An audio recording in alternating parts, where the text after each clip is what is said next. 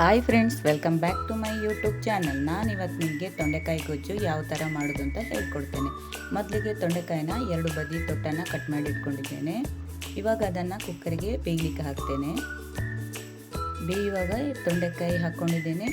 ನೀರು ತೊಂಡೆಕಾಯಿ ಮುಳುಗುವಷ್ಟು ಹಾಕ್ಕೊಂಡಿದ್ದೇನೆ. ಉಪ್ಪಾಗಲಿ ಬೆಲ್ಲ ಆಗಲಿ ಇವಾಗ ಏನೂ ಹಾಕೋದಿಲ್ಲ. 3ರಿಂದ 4 ವಿಷಿಲ್ ಹಾಕೊಳ್ಸ್ಕೊಳ್ಬೇಕು. ಚೆನ್ನಾಗಿ ಬೆಂದಿರಬೇಕು ತೊಂಡೆಕಾಯಿ.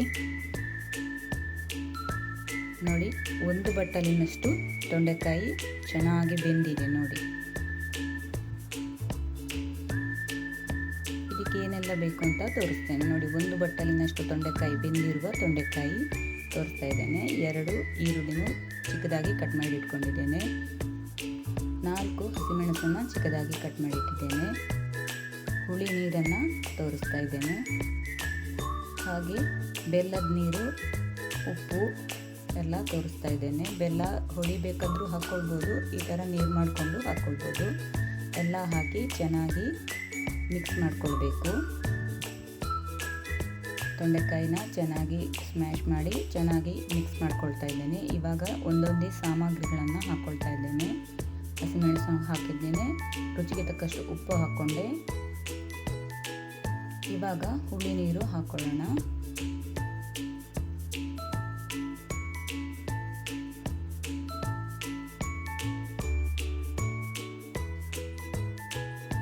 ಇವಾಗ ಸ್ವಲ್ಪ ಸಿಹಿ ಇರಲಿ ಅಂತ ಬೆಲ್ಲದ ನೀರನ್ನು ಹಾಕ್ಕೊಂಡಿದ್ದೀನಿ. ನೀವು ಬೆಲ್ಲದ ಹುಡಿ ಇದ್ದರೆ ಬೆಲ್ಲದ ಹುಡಿ ಹಾಕ್ಕೊಳ್ಬೋದು, ಅಥವಾ ಬೆಲ್ಲ ಇದ್ದರೆ ಅದನ್ನು ಚಾಕು ಸಹಾಯದಿಂದ ಕೆರೆಸಿ ಹಾಕ್ಕೊಳ್ಬೋದು. ಇವೆಲ್ಲ ಹಾಕಿ ಚೆನ್ನಾಗಿ ಮಿಕ್ಸ್ ಮಾಡಿಕೊಳ್ಬೇಕು. ಖಾರ ಸಿಹಿಯಾಗಿದ್ದರೆ ತುಂಬಾ ಚೆನ್ನಾಗಿರುತ್ತೆ ಊಟದ ಜೊತೆ ಸವಿಯಲು.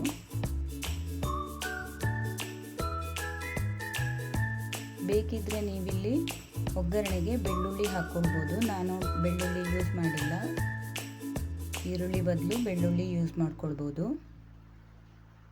ಇವಾಗ ಒಗ್ಗರಣೆಗೆ ಸಾಸಿವೆ, ಒಣಮೆಣಸೆಲ್ಲ ಹಾಕ್ಕೊಂಡು ಒಗ್ಗರಣೆ ಕೊಟ್ಟಿದ್ದೇನೆ. ಹಾಗೆ ನನ್ನ ಚಾನಲ್ಗೆ ಇನ್ಯಾರೆಲ್ಲ ಸಬ್ಸ್ಕ್ರೈಬ್ ಆಗಿಲ್ಲ, ಸಬ್ಸ್ಕ್ರೈಬ್ ಆಗಿ, ಶೇರ್ ಕೊಡಿ, ಲೈಕ್ ಕೊಡಿ, ಕಮೆಂಟ್ ಮಾಡಿ.